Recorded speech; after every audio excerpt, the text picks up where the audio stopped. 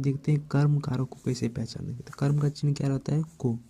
जैसे राम आम खाता है, और राम मोहन को मारता है, या राम रावण को मारता है, राम ने रावण को मारा।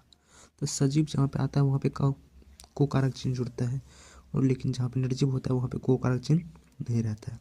तो जहाँ पे सजीव रहता है वहाँ पे को कारक चिन्ह होता है। जैसे राम ने रावण को मारा, तो रावण क्या है, यानी प्राणीवाचक है, तो इसमें को कारक चिन्ह जुड़ा। और जो वही राम आम खाता है, तो आम क्या हो गया, अप्राणीवाचक, तो इसमें को कारक चिन्ह नहीं जुड़ा। उसी प्रकार ये पहचान हो गया। तब इसमें देखते हैं कि अधोलिखित किस कारक में अकर्मक क्रिया है। राम खाना खा रहा है, तो उसका क्या चिन्ह होता है, को। तो देखो यहाँ पे को अगर जोड़ से रहे तो सही लगता है। राम खाना खा रहा है, तो राम क्या कर रहा है, खाना को खा रहा है, खाना को खा रहा है ना, तो को जुड़ रहा है इसमें। बल्कि को क्यों नहीं है, तो क्योंकि ये अप्राणीवाचक है। तो राम खाना खा रहा है, क्या खा रहा है, खाना खा रहा है, तो कर्म इसमें प्रधान है, कर्म प्रस्तुत है। तो जिसमें कर्म उपस्थित रहता है वही सकर्मक होता है।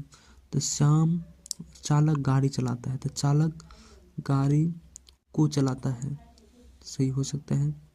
तो को जुड़ सकता है, क्योंकि कर्म है, ये कर्म के साथ को जुड़ेगा ही जुड़ेगा। और प्राणीवाचक हो तो को नहीं जुड़ेगा, प्राणीवाचक हो तो को दिया रहेगा। तो अप्राणीवाचक में हम को जोड़ के देखते हैं। तो चालक गाड़ी को चलाता है, हाँ हो सकता है, चूँकि ये कर्म है इसलिए को जुड़ रहा है, तो कर्म है। श्याम हंसता है, तो श्याम को हंसता है नहीं होगा ना, तो ये अकर्मक हो गया। माँ स्वेटर बुनती है, यानी कि माँ स्वेटर को बुनती है, तो ये भी सकर्मक है। तो अकर्मक कौन सा हो गया, श्याम हंसता है।